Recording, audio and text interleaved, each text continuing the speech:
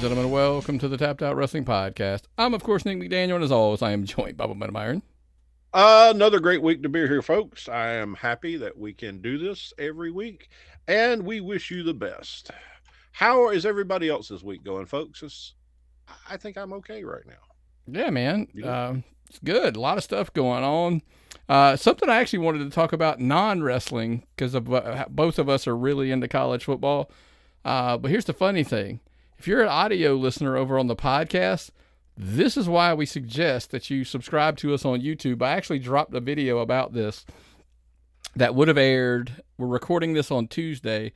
This video that I'm talking about dropped on Tuesday at 5 p.m.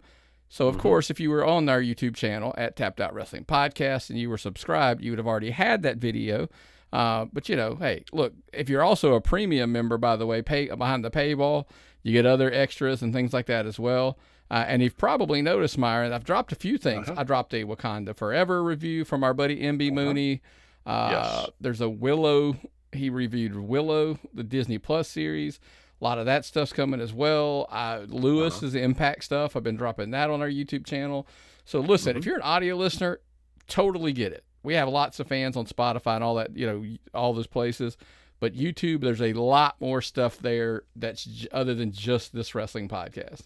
Yes. A big shout out also to our new behind the paywall subscriber on YouTube, Mr. Daryl Sailors. Welcome, Daryl. I hope you enjoy the program as much as we enjoy talking about you. Yeah, exactly. But hey, before we dive into the college football stuff, let's just go ahead and dive into it. We'll do the advertising afterwards. Okay. The thing there's a lot of stuff. Everybody knows we're big college football fans. Georgia played LSU SEC championship. Then there was total fucking chaos, by the way. The rest of the weekend, there was total chaos on, Friday and Saturday and, all the way up to picking the college football playoff stuff. First and foremost, Myron, let's go through the process of, look, there's a committee that picks the teams that make the playoffs, that kind of blah, blah, blah.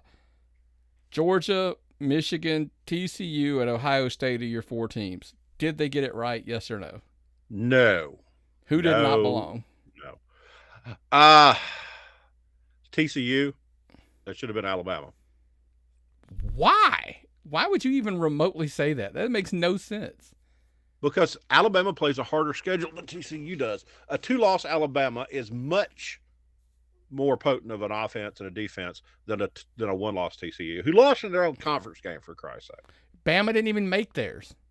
Bama didn't make theirs because Bama plays in the toughest conference in the entire world. Okay, so who cares? My argument's simple. And it's funny, I said on the video I was talking about on YouTube, if you don't want somebody else making the decision and leaving you out, win your freaking games. I'm just advocating for Bama. My team is Georgia, class of 98. Okay? I love that school. I love all of that, and I love it when they're succeeding. Because I've told people for years, hire Kirby Smart, fire Mark Richt.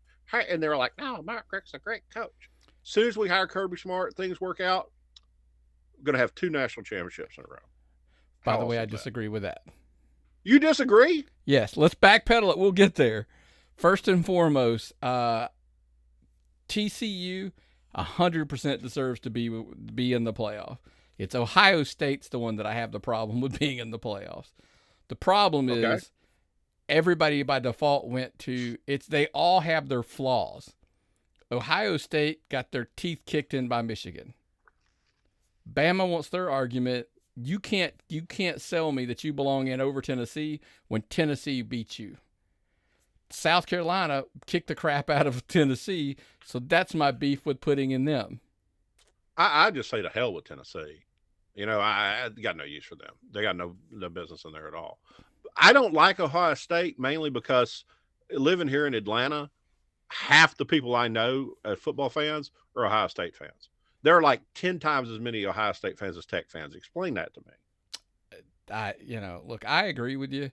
The problem is,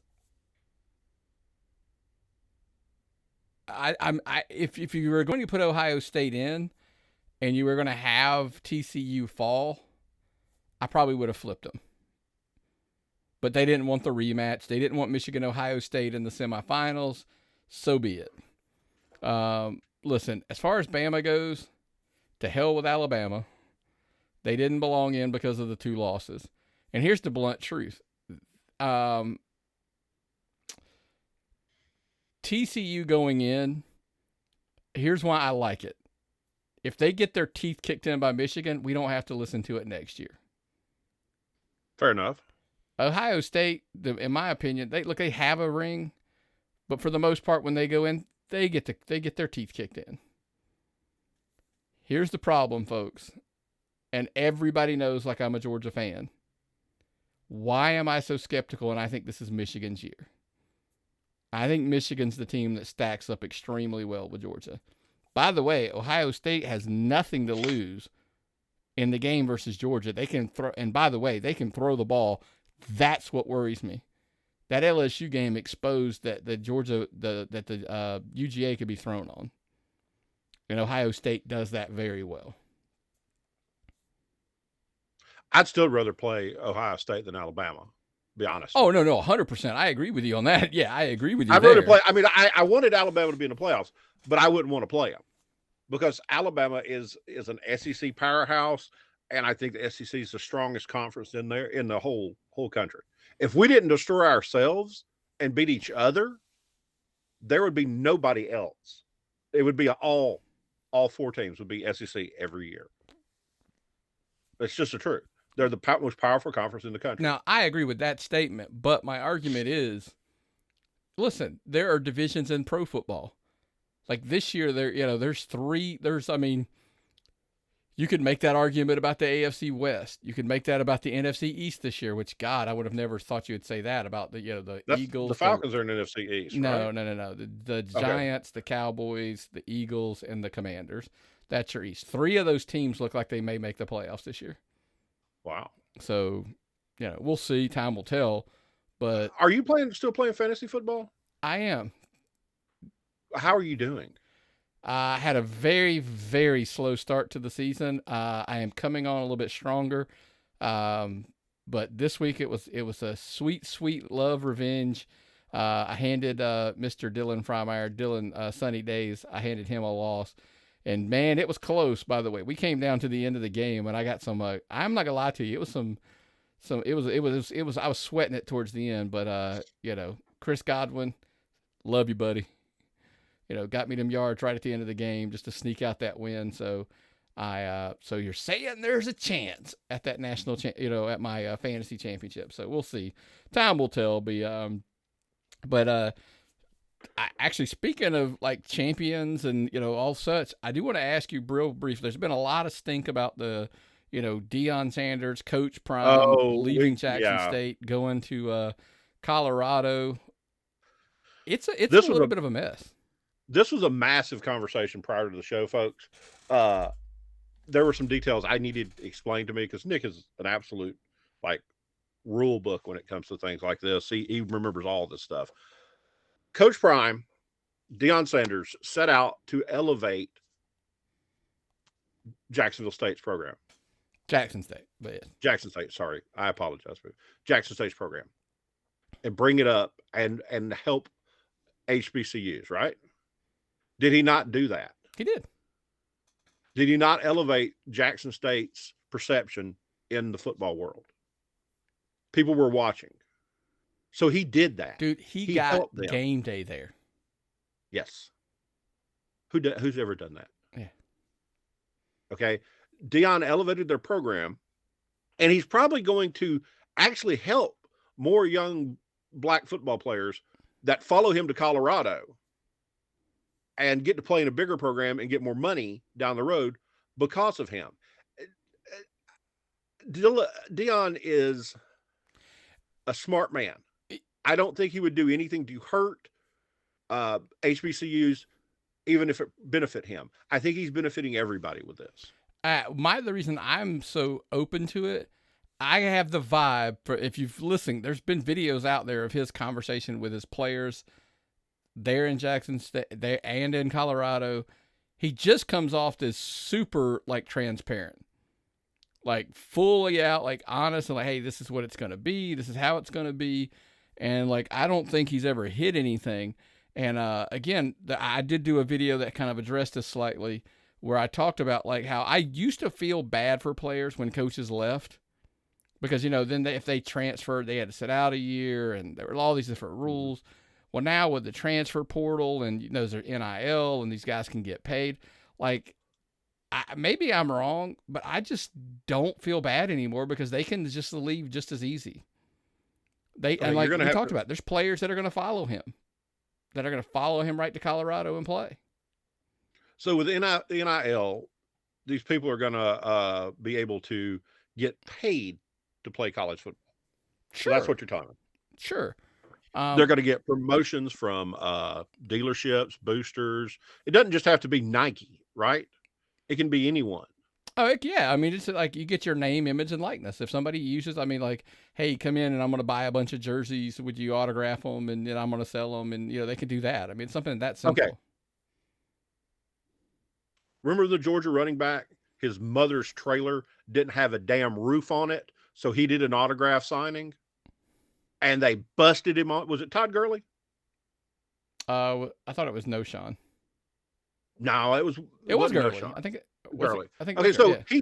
he does an autograph signing to make money to buy a roof for his mother's trailer, and they busted him on that. He had to miss 2 games. Yeah, it's always been look. It's always been a scam as far as that stuff goes. In my take, but like I said, players getting paid, that's a whole separate conversation. That wasn't the route I was. I always go more so like I felt bad that like. A coach could come into a house, recruit your son. He goes to a school. The next year, the coach leaves, and your son is essentially stuck there because if he transfers, he's going to have to sit out a year, so it's a wasted year, blah, blah, blah. Well, now that that's not there, I'm kind of like, I mean, as long as coaches aren't lying, like don't go in the house and promise me you're going to be with my kid for 4 years, and then you leave the next year. I always say like, look, come and play for me this year.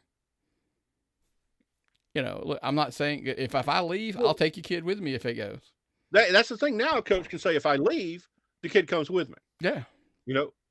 And you said Deion Sanders, if the players in Colorado don't want to be there or they're not winners, because Colorado did really bad last year, right? 1-11. 1-11. So he told them not to play, to go ahead and transfer out. He just said, listen, I mean, you might want to start looking at the portal. Because he's bringing guys there that are going to play, and some of those guys aren't going to play. And if you think you're good enough, but you don't want to sit on that bench for a year, you might want to look at transferring to a different school.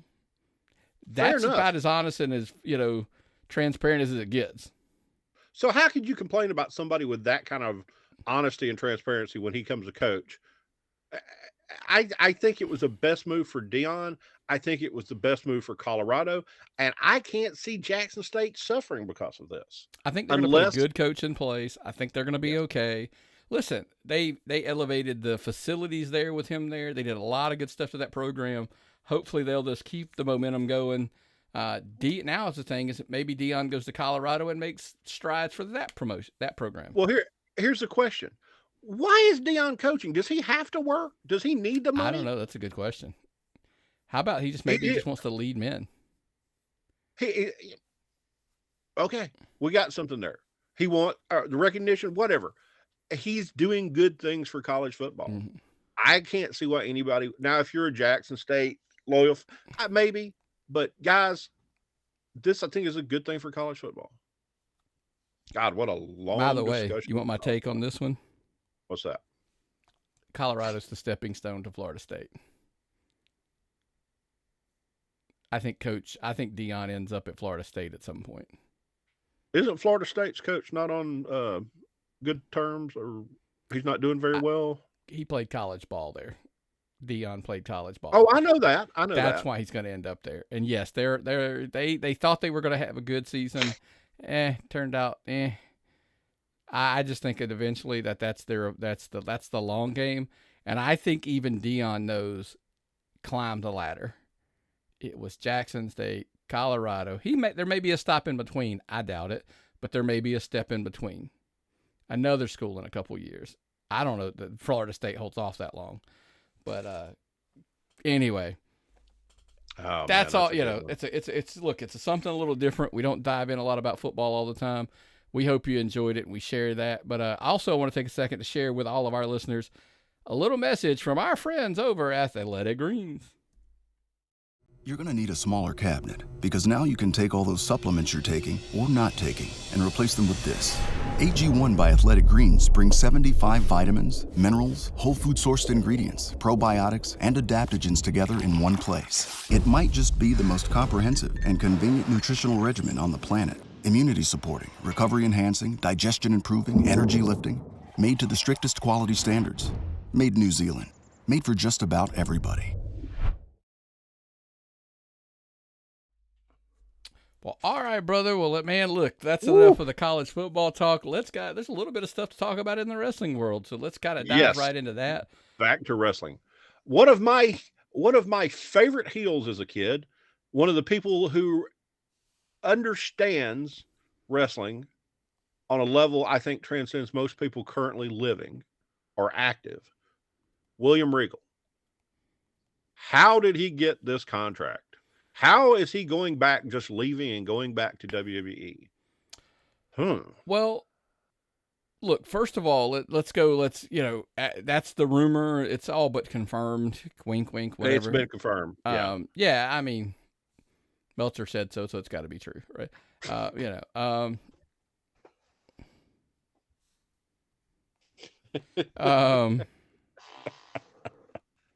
Wrestling journalists, our favorite topic. So, kind of hard to explain here. How can I say this? So,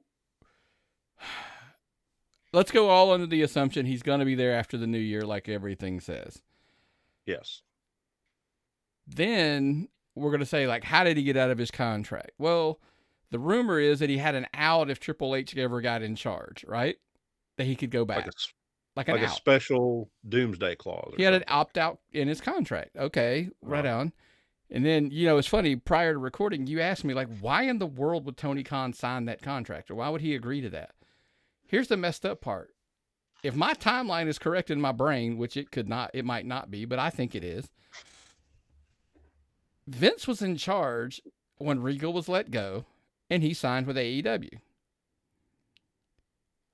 Why would you ever think, if the wording in the contract was, if Triple H ever became in charge, I could get on my contract and go back? Why would you ever think that Vince McMahon was leaving?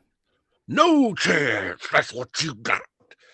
Yeah, seriously, you thought Vince would die at the helm. Yeah. Honestly. I honestly thought Vince would die there, but it didn't work out that way, folks. Vince slipped out, got his retirement, and the unlikely, I thought Triple H was never going to be in charge in my lifetime, because no telling how long Vince is going to live, based on all the vitamins and athletic greens he takes.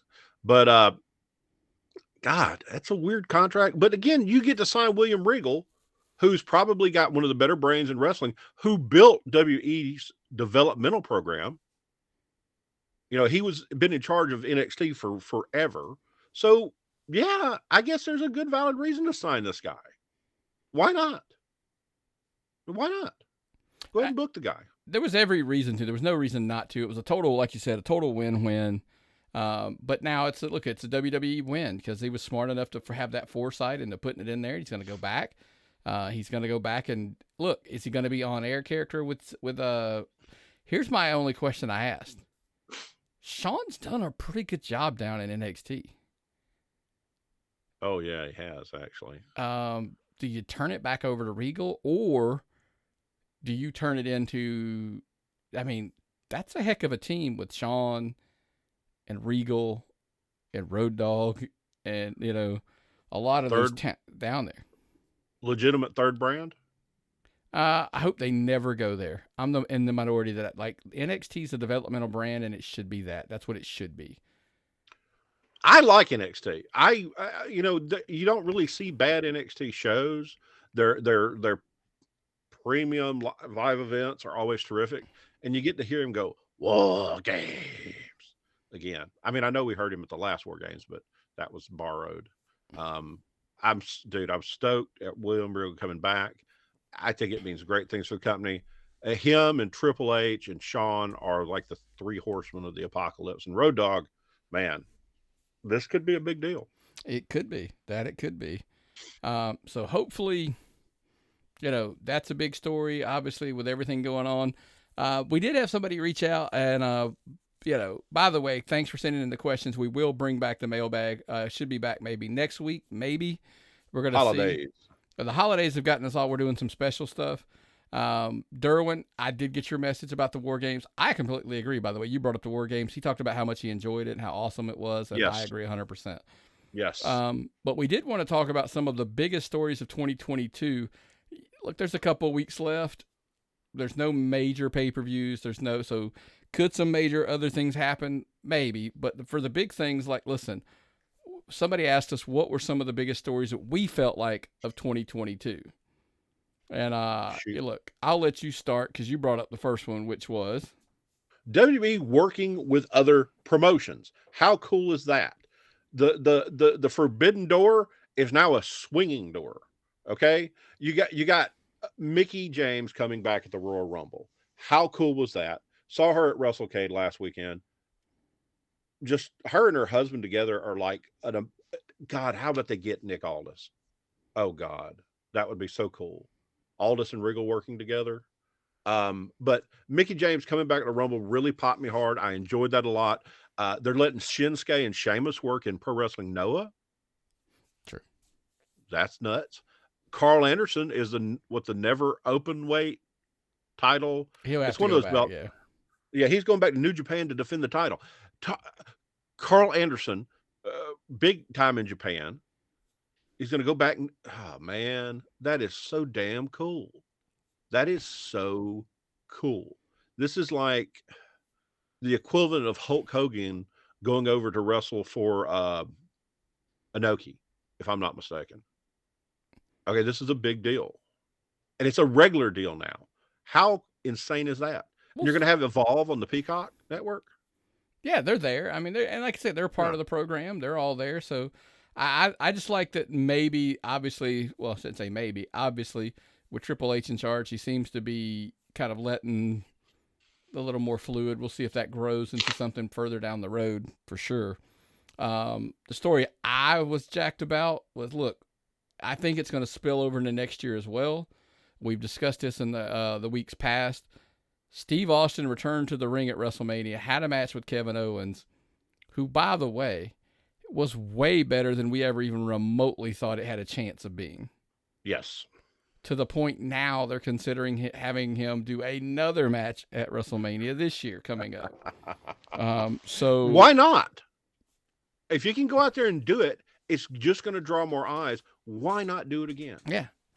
If the match is built correctly, then, and like I said, we've talked of, hey, could it be Austin and Cena? I mean, Jesus, you want to talk about a draw? That's a hell of a draw. Oh, man. It's a match we thought we'd never see kind of thing. That's kind of what a point being. And two guys I got to give the most credit to this year have totally changed my attitude about them are Kevin Owens and Sami Zayn. I always thought, I thought they were just sucky wrestlers and all this other stuff. He had the talent to work with Austin on a comeback like that. He's killing it at War Games. He killed it last night on Raw. And then Sami Zayn has been doing so much good work. Those two guys probably, to me, are some of the most valuable wrestlers of 2022. They've done so much right now. And I know other people are going to name other people, but those are my two most valuable wrestlers. But who came back? This is the guy that came back that made the biggest pop for me was Cody Rhodes. Man, was that the first crack in the AEW Foundation, Nick? I think so. I think that was the first blemish to the image. Maybe it's the better way I would look at it. Uh-huh. That was the first chink in the armor, whatever you want to say. With him leaving, that was kind of like the beginning of people. Maybe was it the big acknowledgement of problems? Again, so that might be a way to look at it. And look, it made Cody a ton of money. He's back on the grandest stage of them all. Because listen, folks, that is what it is. WWE is the big, it's the big top dog in the market. So him going back was, I do think though that was a big step. It was a big crush in my opinion to AEW as well. How about Ring of Honor disappearing? That was the one that I don't know that I would say, oh, I didn't see it coming, because we always wondered how long was Sinclair going to kind of keep funneling that. And think about it. We had said in the past, we had made those comments in years past, not like we had said, as long as the cost is cost effective as far as making a TV show for their broadcast channels, it made sense. The second it didn't, we figured something like that was going to happen. Now that it's been sold and Tony Khan owns it, we were kind of like, okay, so what's next? The problem is it's been a while and we're still asking what's next. They're champions. I'll ask you, Myron, is their play on having the Ring of Honor talents on TV, is that just I hate to say it this just way, wearing their belts on AEW? Is it a desperate attempt to keep those titles relevant until you can find something to do with them? It's basically keeping them on valuable people that you can come out and strut out and say, we still exist. Ring of Honor still exists. Don't forget about Ring of Honor. Will Ring of Honor ever exist as a solo promotion again? No. Ring of Honor could be the NXT of AEW. But then again, Dynamite had Rampage, and Rampage had Dark, and now we've got more duplicity and more extra stuff, and there's duplication. I don't know. I try not to shit on AEW really hard, but I don't understand it. Okay? I'm not a wrestling promoter. I don't know about how this stuff works. I don't know how the big screen stuff works. But what I can tell you is wrestling should be understandable to me, and the way things go on and the promotions and all that. As a lifelong wrestling fan, I should understand what they're doing, and I don't. I don't understand what they're doing. I don't know where they're going. And that's tough. Yeah. That's tough for me. I tell you another one that's tough, Myron, is we were talking about Shane McMahon out. So there was the fallout of something apparently not going the way it was supposed to in the Royal Rumble. Shane's eventually let go because of it for whatever, look, we're not going to rehash all that. But how about what's crazy is the fact that had Shane not been removed and basically sent home or sent away, whatever, had no part, how does the landscape look different when Vince walks away? I still think Triple H is in charge of creative and all of that. I still think Stephanie is, but what is Shane's place at the table if he's still involved in the company when all this goes down? Is it just a different look? I would think he would be ahead of Triple H as far as the company himself. Him and Stephanie would be working together, and then Triple H would be doing all the actual legwork and stuff. But having Triple H in charge with Stephanie, to me, is the best combination for effective professional wrestling programming. And we've seen it. We've watched it. Folks, I'm not telling you it's the best thing ever happened, but people are acting like it's the best thing that ever happened because they really think they have a say in wrestling right now. And that's all important, is what people think and the image they get out of this. If they've convinced you that WWE is better with Triple H's back, even if it's not, that's all that matters, is you're convinced that it's better with Triple H back. It's all impression. Wrestling is all about impression. It's not about facts and scores and things like that. Right. And when you try to put that, it does not work. Yeah. I will tell you, because here's this funny part. A lot of people, when the black and gold disappeared in NXT and we got to NXT 2.0, there was a lot of backlash. By the way, I will tell you this. Go look up numbers and see how they're doing since the change of 2.0. Yeah. They're actually doing pretty good. They're doing good, actually. And I think like I said, I just recently said it in this episode. I hope they continue to be the developmental brand and not try to chase to be the third brand. Give people reps. This is their give people reps to get them ready for TV. That's what it was supposed to be for. And I still think that's what it should be. The two biggest stories of the year, this is debatable. Hey, feel free at tappedoutpod@gmail.com to let us know what made your list and what didn't make ours. Because the two both involve individuals. The rise and the destruction of CM Punk in AEW in 1 year. I mean, that just to me was just the wildest. It didn't seem to me like he worked at all. I mean, 1 or 2 matches. How many matches did he have? He wrestled, but it was just the The problem is that the way he came into such fanfare and, everybody was excited. And here's the funny thing. And I promise you, this is not a horn tooting thing. I remember saying, like, let's see where they are in 6 months to a year with this Punk. Cause I've always said, I think he's overrated. Don't mean he's not good. I just think he's overrated. Said it then. Go back and listen, back in September of last year to episodes when he came back and we talked about it.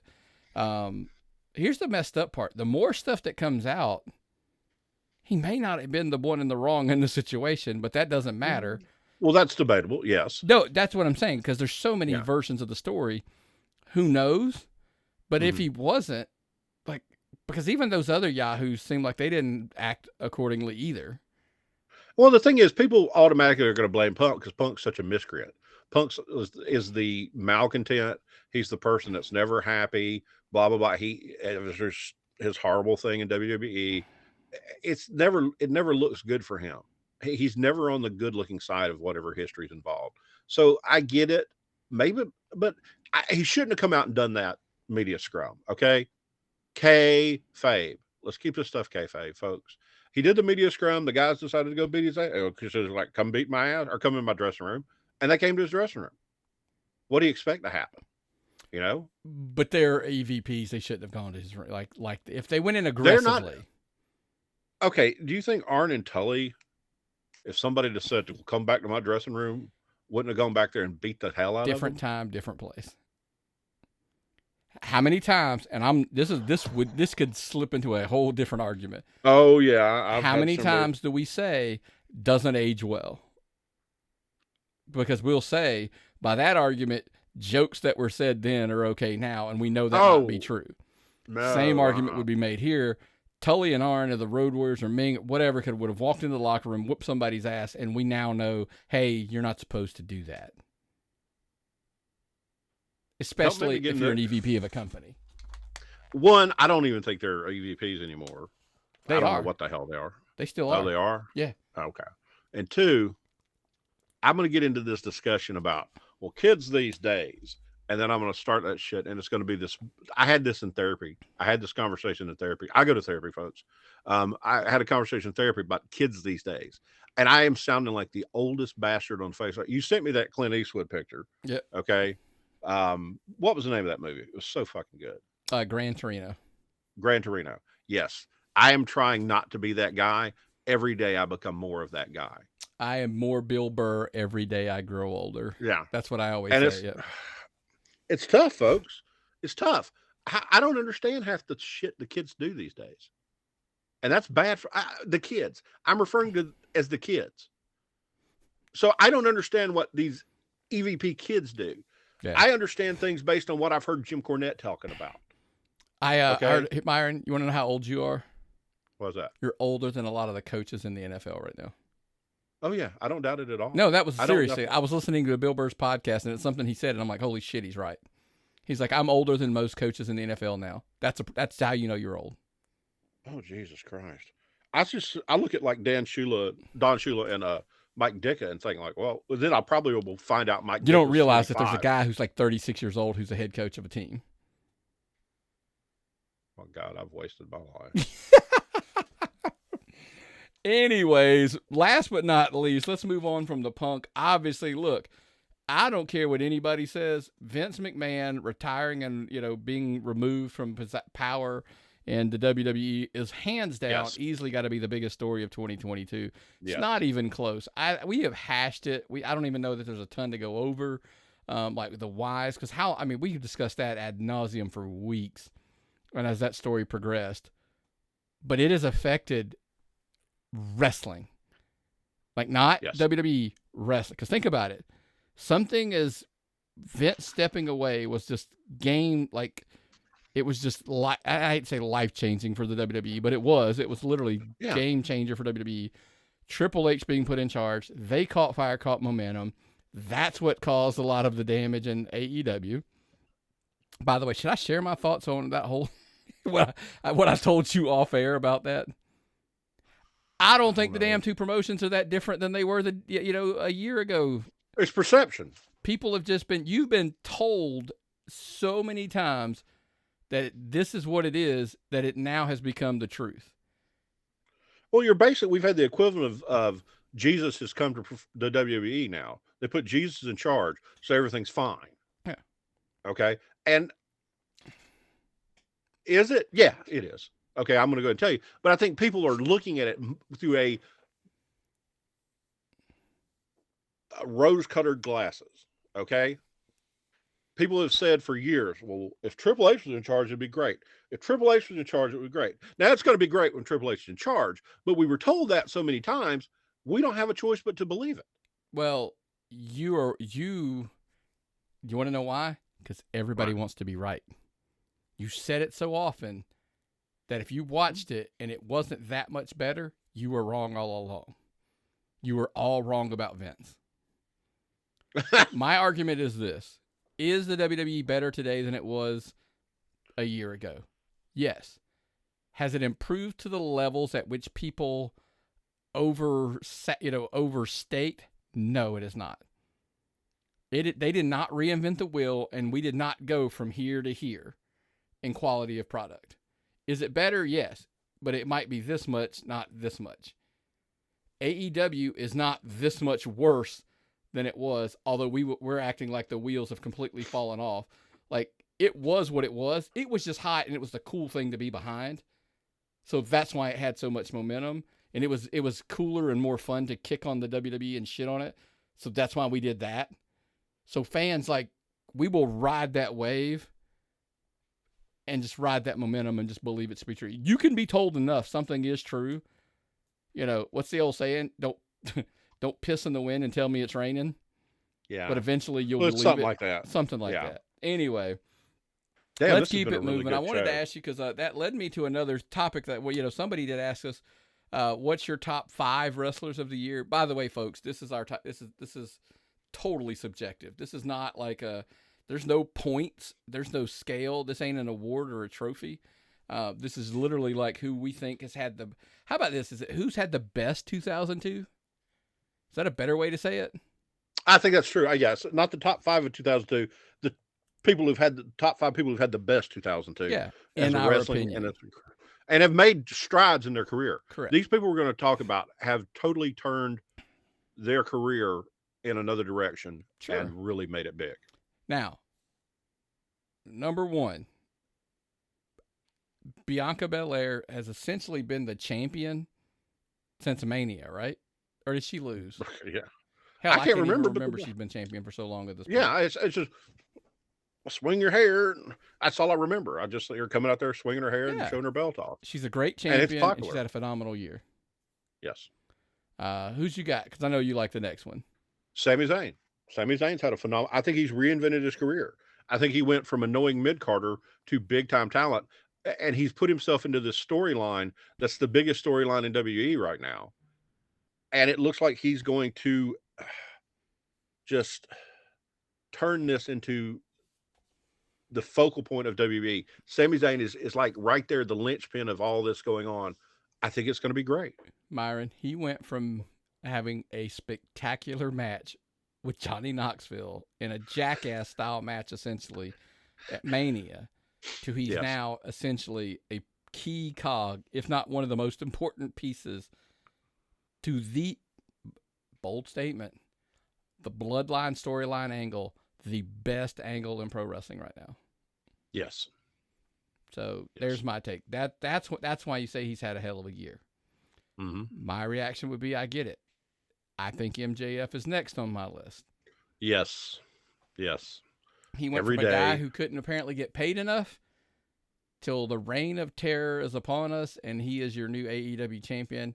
And by the way, I know it's not going to happen. I wouldn't be stunned if that dude carried that strap for a year. I think it'd be foolish to take it off him anytime soon. Yeah. Because he's just drawing heat, drawing people to watch. He's the highlight of what they've got. I think he's the best thing they have. Think about if they let him carry that strap, Myron, all the way to his contract was up, took it off of him. If they thought he was going to leave, that way the new guy basically beats the man who carried that thing for a year. Mm-hmm. And you got to argue now, who's bigger, him or who's bigger, who's had a better year, him or Moxley? Who's more important? I give the nod on our list. I gave the nod to Moxley, and you know what? It probably honestly could a lot of it could be sentiment. That dude gave up his vacation, took that role. I'm gonna take the ball. He was champion for a long time, did the job when he was going to. Frickin' had to turn around, pick the ball back up when it got fumbled. No pun intended. But that's I don't know. I on top of that, by the way, and I'm not even saying because everybody knows I'm not as high on Jon Moxley as most people. Yeah. But I still would put him in my top 5. Yes, because he's had that year that he went from the weak link of the Shield, the crazy guy, the weirdo, to being a cornerstone of a promotion. That's a big deal. That's important. It's been really good for him.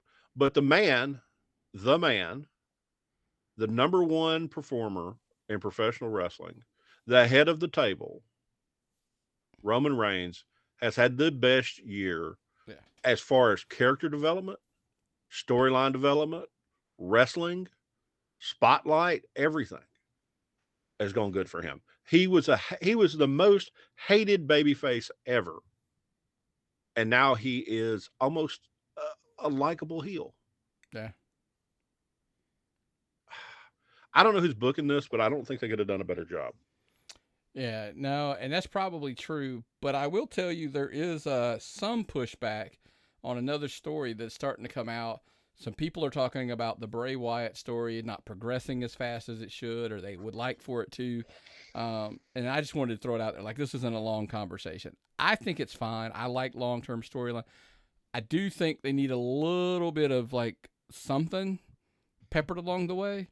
But I'm still giving it the benefit of a doubt right now. I'm still not ready to say, like, oh, my God, it's moving too slow. I'm not even ready to say anything bad about it because I don't know where it's going. I know Bray is talented. I know they can probably do a lot with it. I don't like all the hokey shit, but maybe it'll work out. Get with this character, right? I mean, it is what it is. You're going to get some hokey shit. That's just what you're going to get. Yeah. So. Speaking of hokey shit and not getting what you wanted, I do want to address, Rampage, that was a big, this past week's AEW Rampage has hit all kinds of news. I mean, it hit an all-time low. It was around 360, I think 1,000 viewers, ish, give or take. It's like the lowest key demo that everybody likes to bang the drum on. Of course, in my notes, I put, who the fuck cares? Like, I'm out of the demo. Yeah, I'm out of the demo. So, I mean, I'm still in there for another year. So, yeah. But I will say this. It might be time to give an Owen Hart line and say enough is enough and it's time for a change for Rampage. We discussed this, didn't we, a couple weeks ago? We were like, hey, maybe, just maybe, we give the Ring of Honor spot, to the Rampage. I don't know that it could do any worse. The only argument we've had along the way, Myron, is what? TBS, TNT, they might go, we didn't sign up to have Ring of Honor we signed up to have AEW on our channel. My argument would be like, well, maybe it would give it a buzz and it would, It seemed to me like they'd be willing to negotiate these days. You know what I mean? With the ratings dropping down like that, if they can do anything to give it a buzz, I would think the people at TBS, long-term home of professional wrestling, would understand that. So, yeah, like I said, time will tell. We'll see if they can rebound from this. I hope they can. I do think, however, though, the taped format really, really hurts. I think that's the problem. So, but hey, I do want to talk before we move out of here. I do want to plug over on our YouTube channel. Make sure you are subscribing, making sure you're if you want to become a paid member, make sure you like the page, turn your notifications on, share all that great stuff. We greatly appreciate everybody that does that. Also, make sure you're subscribing if you're an audio listener, whether it be Apple Podcast, iHeartMedia, Spotify, Google Podcast, anywhere and everywhere you listen to your podcast. Make sure you subscribe. Give us that 5-star rating and review if you so inclined. It helps us out tremendously. 5-star. People don't understand like how important that is. We just hope that you will if you feel so inclined. But before we take out, look, I told you last week this is probably going to be Christmas is just a busy week. I've got like Christmas parties with work and family and on and on and on. But here we are. This might be my last show until January. Southern Honor Wrestling this Friday. Big card. It's their last show of the year, obviously. Yeah. Cruel has had to relinquish the championship. So we're going to get Sunny Days, Sal Rinauro, Carly Bravo, Gunnar Miller, and Kyle Matthews in a 5-way to crown a new champion. Well, I know two guys work effectively together there. I would have to give them the advantage, Sonny and Sal. Sonny, Sal, and Carly. I mean, they're all tangled up there. I mean, Gunnar's going to be your underdog with Kyle. But your take was, who did you pick last week? I think I'm going to pick Carly Bravo. You're going to change? You picked Gunnar Miller last week. I picked Gunnar Miller last week, but I think I'm going to pick Carly Bravo this week. And that's just on a hype thing. I think Carly Bravo has a hype train that's going so strong right now. And, those things do tend to influence professional wrestling results. It can. I just see I got to put my money on Carly Bravo. If I was a betting man, I'm not. But if I was, maybe. And man, I am so glad to see Cyrus back from Japan. Yeah. Oh, wow. Yeah, God, that'll be fun to watch Bryce Cannon get crushed. We love some Bryce Cannon, don't get us wrong. But Cyrus is a force to be reckoned with for sure. Yes. Listen, Naja and Owen Knight they're to continue their best Wonderful of 7. match. That'll be phenomenal. Match of the night in my book could easily be Chip Day and Sean Legacy. Yes. Outstanding talents. 2 of the best wrestlers in the state. 100%. That could be the show stealer. And of course, Murder One and Adrian Hawkins. That's going to be about as old school it gets, folks. Yeah, that's something that's been around. Those two guys have done this kind of thing before in Georgia. So it will be interesting to see what happens. Oh, yeah, absolutely. So. Tons of experience in there. So, hey, look, if you want to see us at a show, again, this will probably be my last show until January. So if you want to drop by and say, hey, make the trip up to Canton and make sure you come up and say hello. Yeah, I don't see any other way for me to get out to another show this year either. So I'm with you on that. Well, love you folks. Come up and say hello. I'm sorry I missed Mason's birthday on last Saturday at 7 They had to reschedule. Okay, so you didn't cool. miss anything. Well, then, okay, awesome. If I see y'all there, let me know. So what do we got left to do on the show, Nick? There's nothing left, man. That's it, brother. This has been a great show. I've enjoyed this show more than I have a show in a while. I love the opener format. Yeah, new little something other than wrestling, a little bit of talk other than that. Hopefully you guys enjoyed it, but that's everything I've got for the week. So what's the old saying, brother? If I've got nothing and you've got nothing, what time is it? It's time to tap out.